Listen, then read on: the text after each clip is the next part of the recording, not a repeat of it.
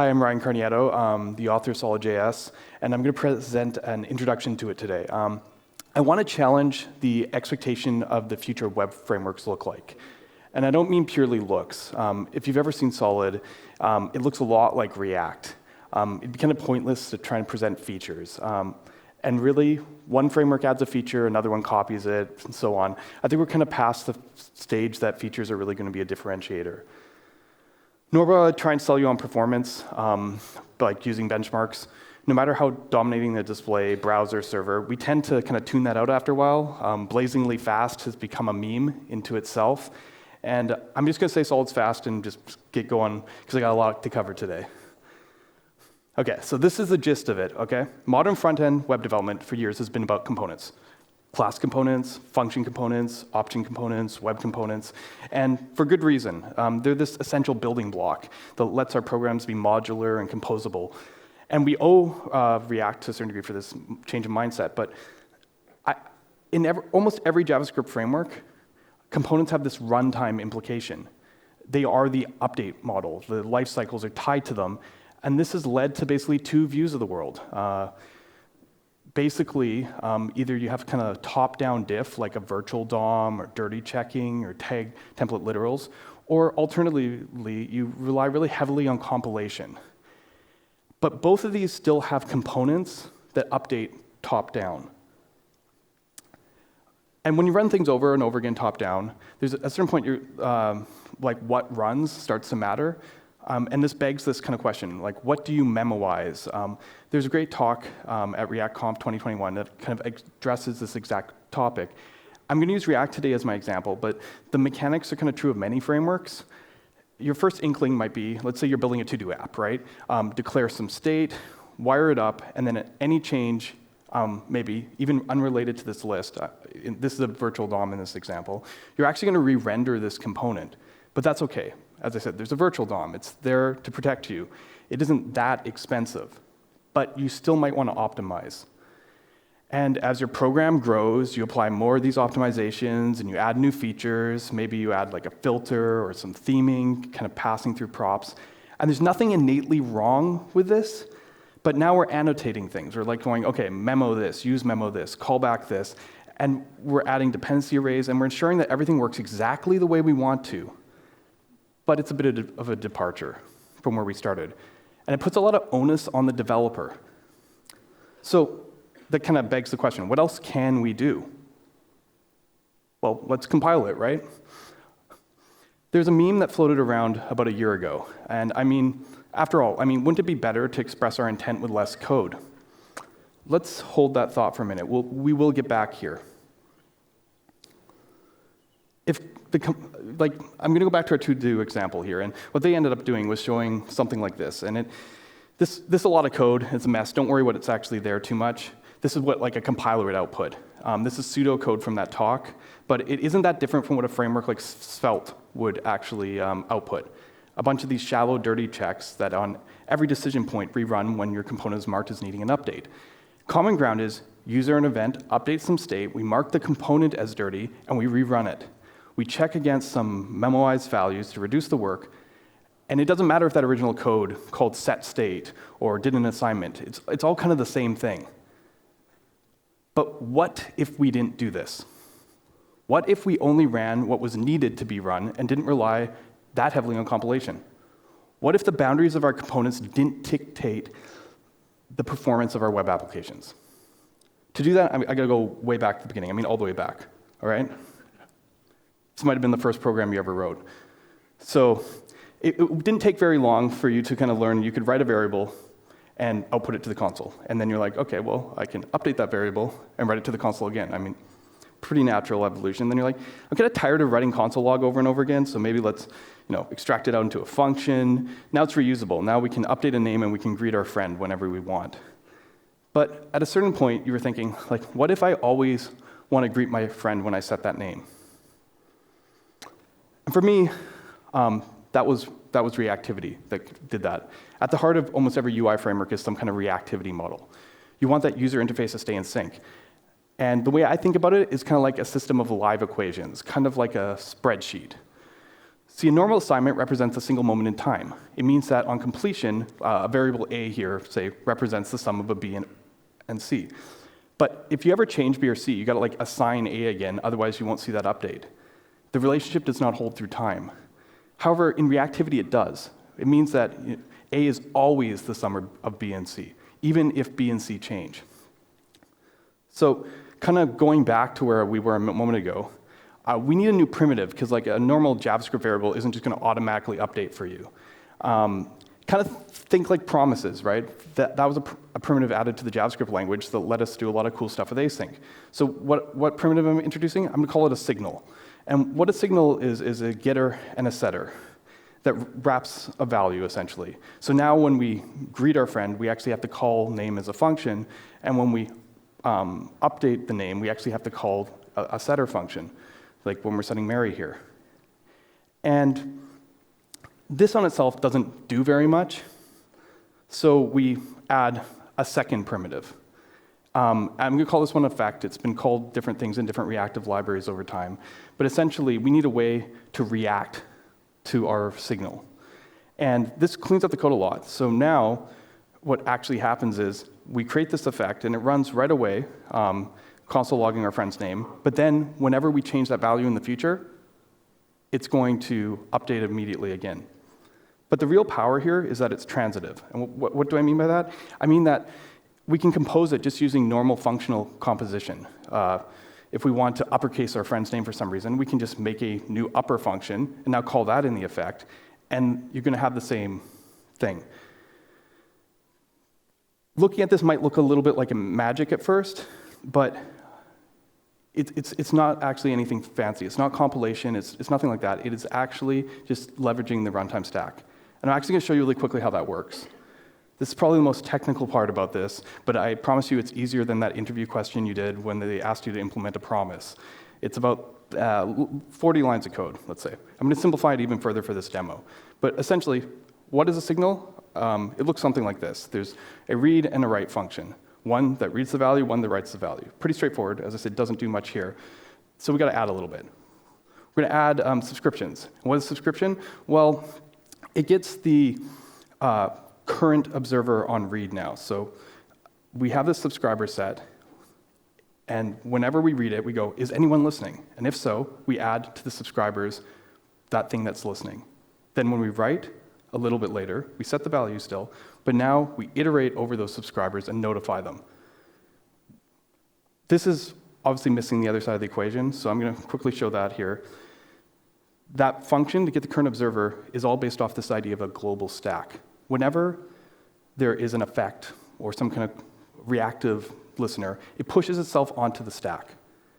That way, when it runs its function that you give it, it's present on the stack, and any signal that's read under it can find it. Then it pushes itself off the stack. So this is a little bit complicated, I admit, but if we put this side by side, you can tell the whole story, like the example I was telling earlier. Essentially, what we first do is we create our signal for our friend's name, return the read and write function, right? Then we run our effect the first time. It pushes itself onto the stack. Then it runs the function, at which point it calls upper, which then calls the friend's name, which actually is our read function. It looks at the top of the stack, finds that effect that pushed itself on, adds it to its subscribers list, finishes executing console logs, and then pops itself off the stack. Sometime later, we update that signal, and it notifies that subscriber, essentially running that function again, pushing itself onto the stack, and repeat over and over again. That's all it is. We've just created a reactive system. But, I mean, there are other systems out there that do this. If you've ever seen MobX or Vue or something, they work like this. So I want to take this a little bit further with a little live coding, which we'll see how fast I can do this. But essentially, it's kind of funny to me that we always teach reactivity with like hello worlds and counters. What if we did something a little bit more substantial? I actually want to maybe create a DOM element. And I'm just going to use some vanilla JavaScript here to do this, because there's no rule of what can be in our effect, right? We can essentially just take an H1, right, and instead of console logging, what if we created a DOM element and we set its text content, okay?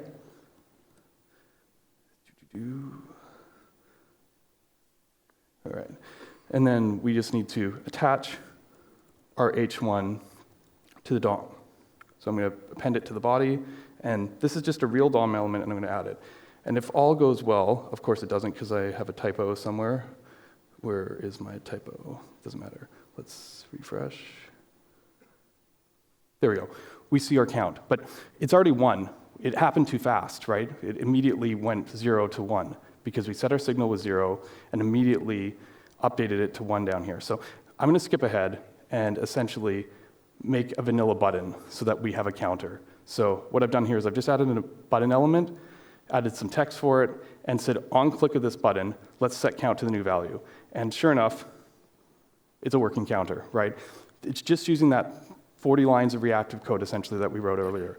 But no one writes your code like this. This would be really prohibitive. So I was thinking, like, wouldn't it be cool if instead of doing this, we could just like write something like JSX? Like, couldn't we just, you know, maybe make our button just a JSX element, and was it click me? And let's add a click handler like this. Let's just grab our click handler. And if our JSX actually just returned normal DOM nodes, there would be no problem with just doing this. And now we don't need all this ugly code. And if this still works, it should still update. It does. And similarly, we don't really want our H1 to kind of, this is too much. So let's just make our H1 JSX as well. And this time we actually want a bit more in our expression. And what we can do here is Solid's compiler is actually smart enough with the JSX. It's generating just the code you see, but it can tell, like, oh, you called the function, this could be reactive, we're just going to wrap it in an effect for you. But if we just do this, and now we don't need any of this here. It's always fun to live code on a screen 5 feet from you. It still works, but here's the thing. Like, you don't really author your code like this. Like, what do? You make a component, right? So let's make a function. Like, let's call it counter, and let's grab all our code here, and let's just put it inside our function, and let's return maybe an array of our H1 and our button, and let's rely on prettier to make this look nicer. Format document, there we go. And then instead of appending this, let's just call our function, right? 1, 2, 3, because it's just a function. There's nothing fancy here. And if all works well, we still have a working counter. But again, no one really does this either. So we probably should just take some of these values and inline them in our template here, essentially. And actually, maybe we don't need this button. So there we go. Grab this button. And actually, I don't even know why I'm bothering with an array. That seems kind of clunky here. Let's change our array to a JSX fragment. And if we did everything right still, and we format our document, we should have something that looks similar to some other framework I've seen before. And it still works. But I want to point out that this is very different than what you might have seen before, because if we console log in this function and go, I don't know, counter, it's going to show up in our console down here. But if I click this button like 10 times, it doesn't matter. It's only logging once, because you saw this is only a function that we called once.